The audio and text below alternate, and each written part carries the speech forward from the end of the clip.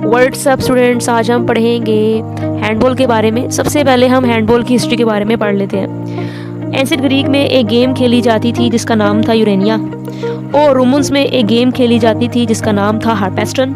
ये दोनों स्पोर्ट्स जो हैं वो हैंडबॉल से बहुत ज़्यादा मिलती जुलती थी। उसके बाद जर्मनी में एक सॉन्ग रिलीज हुआ। एक सॉन्ग जो था वो उसमें एक लिरिक्स थी जिसका नाम था फैंग बॉल स्पिल। ये जो लिरिक्स है इसका जो इंग्लिश में मतलब है ये है कैच द बॉल। तो हैंडबॉल जो है उसकी हिस्ट्री में हमें ये बातें पढ़ने को मिलती हैं कि हैंडबॉल का ताल्लुक किस तरह से हिस्ट्री के साथ है। हम देखते हैं कि 19वीं सेंचुरी के आखिर में हैंडबॉल जो है वो स्कैंडिनेविया और जर्मनी में बहुत ज़्यादा मकबूल हो गई। एक शख्स था जिसका नाम था जी वालस्ट्रोम ने स्वीडन में जाके हैंडबॉल को मुतारिफ करवाया 1990 में। क्या किया जी वालस्ट्रोम ने 1990 में स्वीडन में जाके हैंडबॉल को मुतारिफ कराया। इसका मतलब ये है कि स्वीडन में 1990 से पहले हैंडबॉल नहीं खेला जाता होगा। उसके बाद डेनमार्क जो है उन्होंने हैंडबॉल में एक बहुत बड़ी शानदार कारकर्दगी दिखाई कि उन्होंने जो इंडोर हैंडबॉल थी उसको इंट्रोड्यूस करवाया 1940 में।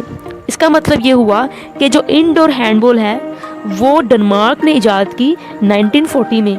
इससे पहले हैंडबॉल आउटडोर खेली जाती थी जिसमें 11 खिलाड़ी होते थे।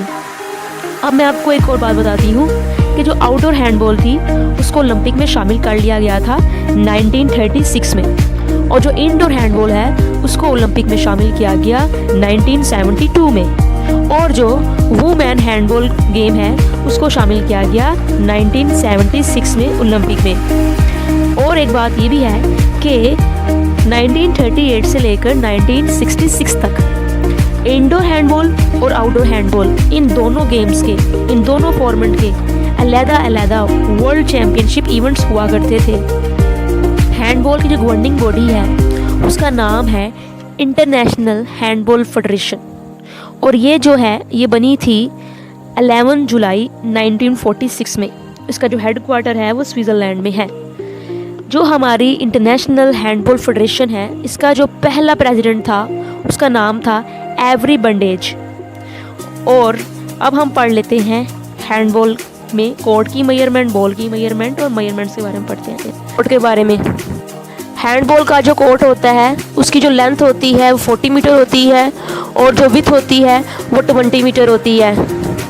आपको कोर्ट में एक दरमियान में एक लाइन दिख रही है, ये लाइन जो होती है ये सेंटर लाइन होती है जो कोर्ट को 2 बराबर हिस्सों में तकसीम कर देती है। हैंडबॉल के कोर्ट में जितनी भी लाइन लगी होती हैं वो सारी 5 सेंटीमीटर चौड़ी होती हैं, लेकिन जो गोल पोस्ट के दरमियान गोल लाइन होती है वो 8 सेंटीमीटर चौड़ी होती है। और इसके बाद ये जो गोल एरिया है, इस गोल एरिया में आपको छोटी सी लाइन नज़र आएगी। इस लाइन को हम कहते हैं गोल कीपर रिस्टेटिंग लाइन।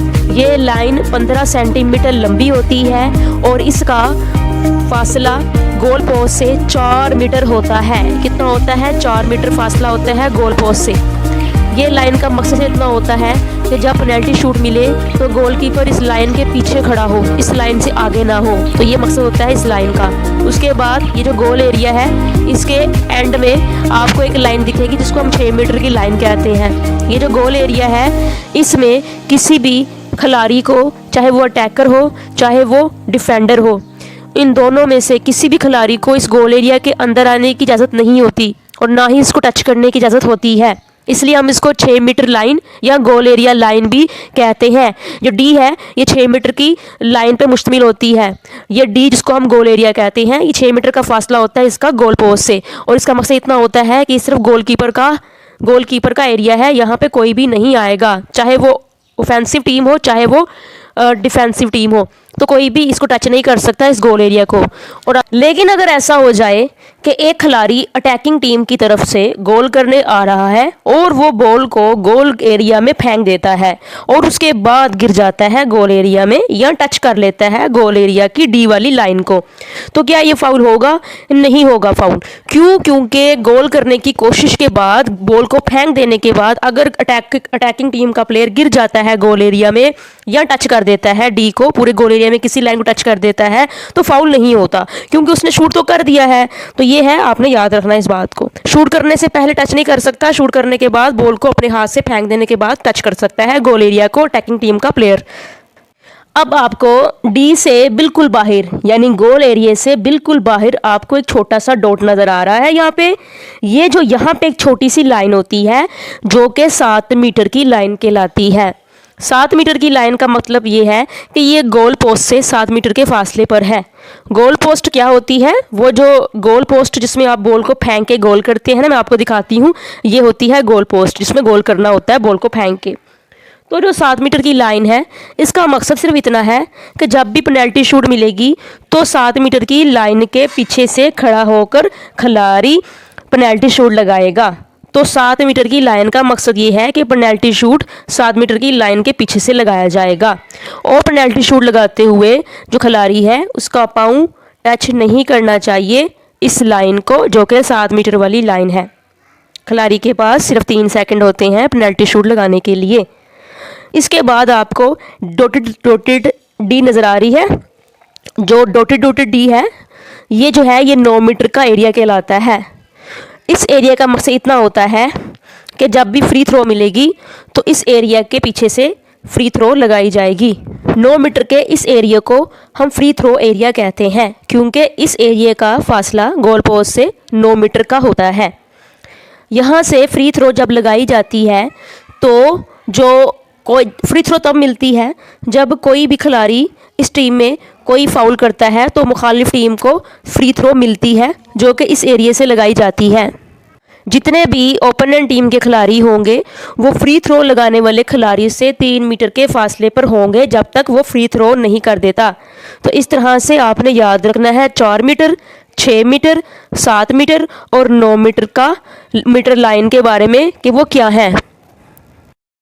हैंडबॉल का जो मैच होता है वो 60 मिनट्स पर मुश्तमिल होता है, यानी 30-30 मिनट के 2 टाइम पीरियड में मैच खेला जाता है। पहला 30 मिनट का जब मैच खेला जाएगा तो उसके बाद 10 मिनट की ब्रेक दी जाएगी और फिर से 30 मिनट का मैच खेला जाएगा। इस तरह से पूरे 1 घंटे का मैच खेला जाएगा। अगर टीम जो है उन दोनों टीमों का जो स्कोर है बराबर रहता है टाइम ख़त्म हो जाने के बाद भी, तो फिर हम एक्स्ट्रा टाइम देते हैं ताकि कोई रिज़ल्ट सामने आ सके। अगर पूरा टाइम गुजरने के बाद भी 1 घंटे के मैच का टाइम गुजरने के बाद भी स्कोर बराबर है तो फिर हम एक्स्ट्रा टाइम देते हैं। एक्स्ट्रा टाइम हम 10 मिनट का देते हैं जिसमें 5-5 मिनट के 2 हाफ खेले जाते हैं और 1 मिनट की हाफ टाइम ब्रेक दी जाती है। उसके बाद अगर फर्स्ट एक्स्ट्रा टाइम गुजरने के बाद भी स्कोर बराबर है तो फिर हम सेकंड एक्स्ट्रा टाइम देते हैं। सेकंड एक्स्ट्रा टाइम में हम जिसको हम ओवर टाइम भी कहते हैं फिर से हम 10 मिनट का ओवर टाइम देंगे। सेम वैसे ही कि 5-5 मिनट के 2 हाफ होंगे और 1 मिनट की हाफ टाइम ब्रेक होगी बस। अगर इन सब के बावजूद अभी भी ड्रॉ है, कुछ भी मतलब रिज़ल्ट नहीं सामने आ सका, तो फिर हम पेनल्टी शूट जो है वो देते हैं और हर टीम के जो बेहतरीन 5 खिलाड़ी होते हैं वो 7 मीटर की जो लाइन है जिसको हम पेनल्टी शूट लाइन कहते हैं उसके पीछे खड़े होकर पेनल्टी थ्रो करते हैं या थ्रो कराई जाती है और जो टीम भी ज़्यादा स्कोर कर लेती है, ज़्यादा गोल करती है, वो टीम जीत जाती है हैंडबॉल में वो मैच। अब हम बात करते हैं थ्रो ऑफ के बारे में। हैंडबॉल का मैच जो है वो थ्रो ऑफ से स्टार्ट होता है। जिस टीम को भी थ्रो ऑफ मिलती है उस टीम के खिलाड़ी कोर्ट में जो अपना वाला उनका हाफ है उस पर खड़े हो जाते हैं और सेंटर लाइन से गेम को स्टार्ट करते हैं पास करते हुए अपने ही टीम के मेंबर को, यानी दूसरे के हाफ में जाकर पास नहीं कर सकते। थ्रो ऑफ में आपने एक पास करना होता है जो अपने हाफ में करना होता है और फिर आप दूसरे के हाफ में जा सकते हैं, लेकिन पहला पास अपने ही हाफ में करना है। इसको हम थ्रो ऑफ कहते हैं। थ्रो ऑफ करते हुए मुखालिफ टीम के सारे खिलाड़ी कम से कम 3 मीटर के फासले पर होने चाहिए थ्रो ऑफ करने वाली टीम से। अब हम बात करते हैं गोल थ्रो के बारे में। गोल थ्रो जो है वो गोलकीपर करता है। जब भी कोई टीम अटैक करने आती है और अटैकिंग टीम का प्लेयर बॉल को बजाय गोल पोस्ट में गोल थ्रो करने के बॉल को बाहर फेंक देता है, एंड लाइन से बाहर फेंक देता है और वो गोल पोस्ट में नहीं जाती, तो जब भी बॉल एंड लाइन को क्रॉस करती है तो फिर दोबारा से स्टार्ट कीपर करता है और कीपर गोल एरिया में खड़े होकर फौरी तौर पर अपने टीम मेंबर को बॉल फेंकता है। इसको हम कहते हैं थ्रो ऑफ। जो गोलकीपर करता है गोल एरिया में से पास फेंकता है अपने ही टीम मेंबर को, उसको हम कहते हैं गोल थ्रो। अब हम हैंडबॉल के रूल्स के बारे में बात कर लेते हैं।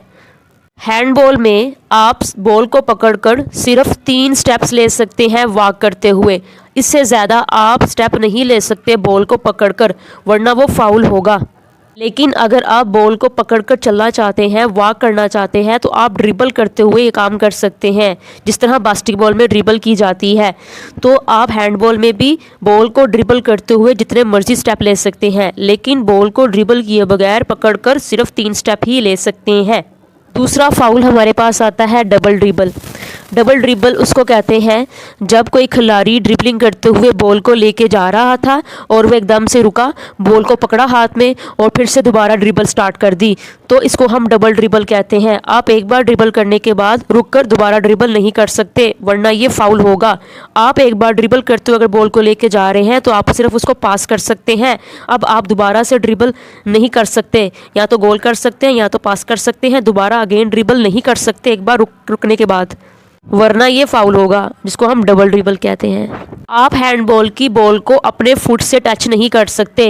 इसके अलावा आप अपनी कोहनी से, अपने सर से, गर्दन से, अपनी चेस्ट से, बैक से, आप अपनी टांग से भी टच करती है हैंडबॉल तो कोई फाउल नहीं है, टांग को भी टच करता है। लेकिन अगर आपके पाँव को टच करेगा हैंडबॉल तो ये एक फाउल होगा।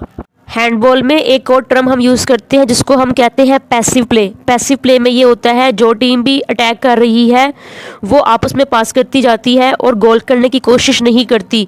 अगर रेफरी को ऐसा लगता है कि जो टीम अटैक कर रही है वो बिल्कुल भी अटैक करने की कोशिश में नहीं है बल्कि आपस में ही पासिंग करके टाइम ज़ाया कर रहे हैं, तो रेफरी इसको भी फाउल दे सकता है, इस बात को भी, और मुखालिफ टीम को जो कि डिफेंस कर रही है उसको बॉल दे देगा। तो इस तरह से पैसिव प्ले अलाउ नहीं होता हैंडबॉल में। इसके अलावा जो बाकी फाउल्स हैं वो आप सबको पता है कि किसी को धक्का देना, किसी को जानबूझकर गिराना और थूक फेंकना, गालें निकालना, ये तमाम चीज़ें फाउल में आती हैं। वो 4 तरह की साइज़ की होती है। सबसे छोटा साइज़ जो होता है वो 0-0 साइज़ है। 0-0 साइज़ का जो बॉल है वो 6 साल से छोटे बच्चे के लिए इस्तेमाल किया जाता है, जिसमें जो बॉल का सरकमफ्रेंस होता है वो 42 से 44 सेंटीमीटर होता है और जो बॉल का वेट होता है वो 260 से कम होना चाहिए, 260 ग्राम से कम होना चाहिए बॉल का वेट 0-0 साइज़ में। ठीक हो गया। इसके बाद जो साइज़ है वो 0 साइज़ है, और 0 साइज़ का बॉल वो बच्चे यूज़ करते हैं जिनकी एज 6 से 8 साल तक होती है। और इस साइज़ में जो बाल का सर्कमफ्रेंस होता है वो 46 से 48 सेंटीमीटर होता है, और जो बॉल का वज़न होता है वो 240 से 300 ग्राम तक होना चाहिए। इसके बाद जो नेक्स्ट हमारा साइज़ आता है बॉल का वो 1 आता है, साइज़ 1 की बॉल। साइज़ 1 की बॉल वो बच्चे इस्तेमाल करते हैं जिनकी एज 8 साल से ज़्यादा होती है, और साइज़ 1 का जो बॉल है उसका जो सरकमफ्रेंस होता है वो 50 से 52 सेंटीमीटर होता है, और जो वेट होता है वो 290 से 330 ग्राम तक होना चाहिए। उसके बाद साइज़ 2 आता है बॉल का। साइज़ 2 का जो बॉल है वो लड़कियां इस्तेमाल करती हैं जो 14 साल से ज़्यादा एज की हैं, और वो बॉयज़ इस्तेमाल करते हैं जिनकी एज 12 साल से ज़्यादा है। तो जो साइज़ 2 का बॉल है उसका जो साइज़ होता है या जो सर्कमफ्रेंस होता है वो 52 से 56 सेंटीमीटर होता है, और जो वेट होता है वो 325 से 375 ग्राम तक होना चाहिए। ठीक हो गया। ये है हमारे पास साइज़। लेकिन जो लास्ट साइज़ है, जो साइज़ 3 है, जो सबसे बड़ा साइज़ है, वो उन बच्चों के लिए या उन लड़कों के लिए इस्तेमाल होता है जिनकी एज 16 साल से ज़्यादा है। और साइज़ 3 का जो बॉल है उसका जो वेट है वो है 425 से 475 ग्राम तक, और जो सर्कमफ्रेंस है वो 58 से 60 सेंटीमीटर। तो ये हमारे पास बॉल्स हैं जो कि अपनी मेजरमेंट और सर्कमफ्रेंस में आपके सामने है कि इनकी सर्कमफ्रेंस क्या होगा। सर्कमफ्रेंस को हम साइज़ भी कह सकते हैं और वेट को हम वज़न कहेंगे कि उनका वज़न कितना होना चाहिए। अब हम बात करेंगे, और हैंडबॉल में 2 कार्ड यूज़ होते हैं, एक रेड कार्ड, एक yellow card. Yellow card warning के लिए भी यूज़ होता है और 2 मिनट की सस्पेंशन के लिए यूज़ होता है, और रेड कार्ड जो है वो डिस्क्वालिफिकेशन के लिए यूज़ होता है, किसी भी खिलाड़ी को ग्राउंड से बाहर निकालने के लिए। ये वीडियो मैंने बड़ी मेहनत से बनाई है। I hope you like this video. अगर आपको वीडियो से कोई भी इन्फॉर्मेशन मिली हो तो प्लीज़ चैनल को सब्सक्राइब ज़रूर कीजिएगा। अल्लाह हाफिज़।